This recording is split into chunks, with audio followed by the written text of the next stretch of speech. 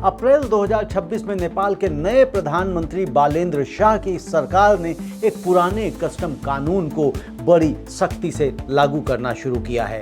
नियम सरल है, अगर आप भारत से नेपाल में 100 नेपाली रुपये यानी लगभग 63 भारतीय रुपये से ज्यादा का कोई भी सामान लाते हैं तो आपको कस्टम ड्यूटी, जिसे स्थानीय भाषा में भंसार कहते हैं, देना होगा। यह ड्यूटी कितनी है? सामान के हिसाब से 5% से लेकर 80% तक और उस पर 13% वैट अलग। नेपाल के कस्टम विभाग के महानिदेशक श्याम प्रसाद भंडारी का कहना है कि यह नियम नया नहीं है। यह 29 मई 2025 की गजट अधिसूचना में पहले से मौजूद था।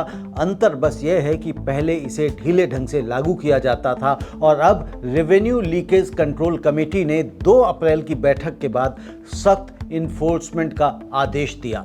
नतीजा, भारत नेपाल सीमा पर 74 साल पुरानी खुली सीमा की परंपरा, जो रोटी बेटी के रिश्ते का प्रतीक है, अचानक एक टैक्स की दीवार में तब्दील हो गई है। अब सवाल यह है, जब यह कानून पहले से था तो अचानक अप्रैल 2026 में ही इसे इतनी सख्ती से क्यों लागू किया गया? इसका जवाब समझने के लिए हमें नेपाल की राजनीति और अर्थव्यवस्था दोनों के अंदर झांकना होगा। पहला कारण है नेपाल की नई सरकार और बालेन्द्र शाह का न्यू नेपाल विजन। 5 मार्च 2026 को नेपाल में ऐतिहासिक चुनाव हुए। 35 साल के युवा इंजीनियर और पूर्व रैपर बालेन्द्र शाह की राष्ट्रीय स्वतंत्र पार्टी ने 275 में से 182 सीटें जीतकर पुरानी राजनीतिक पार्टियों को धूल चटा दी। यह नेपाल के जन जी का जनादेश था। भ्रष्टाचार खत्म करो, अर्थव्यवस्था सुधारो, नेपाल फर्स्ट की नीति अपनाओ। 27 मार्च को शपथ लेने के बाद बालेन्द्र शाह सरकार ने तत्काल राजस्व बढ़ाने और अवैध व्यापार रोकने का अभियान शुरू किया। रेवेन्यू लीकेज कंट्रोल कमेटी की 2 अप्रैल की बैठक में यह सामने आया कि सीमा पर प्रतिदिन करोड़ों रुपए का सामान बिना टैक्स के नेपाल में घुस रहा है और इसी का नतीजा है यह सख्त एनफोर्समेंट।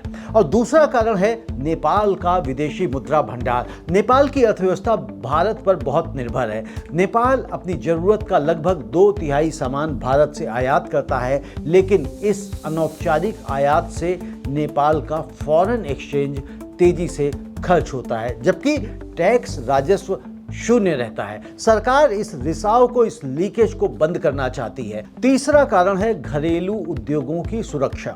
नेपाल के स्थानीय उत्पादक वर्षों से शिकायत करते आए हैं कि भारतीय सस्ते उत्पाद उनकी दुकानें बंद कर रहे हैं और नई सरकार इस सुरक्षा को अपनी आर्थिक राष्ट्रवाद की नीति का हिस्सा बना रही है।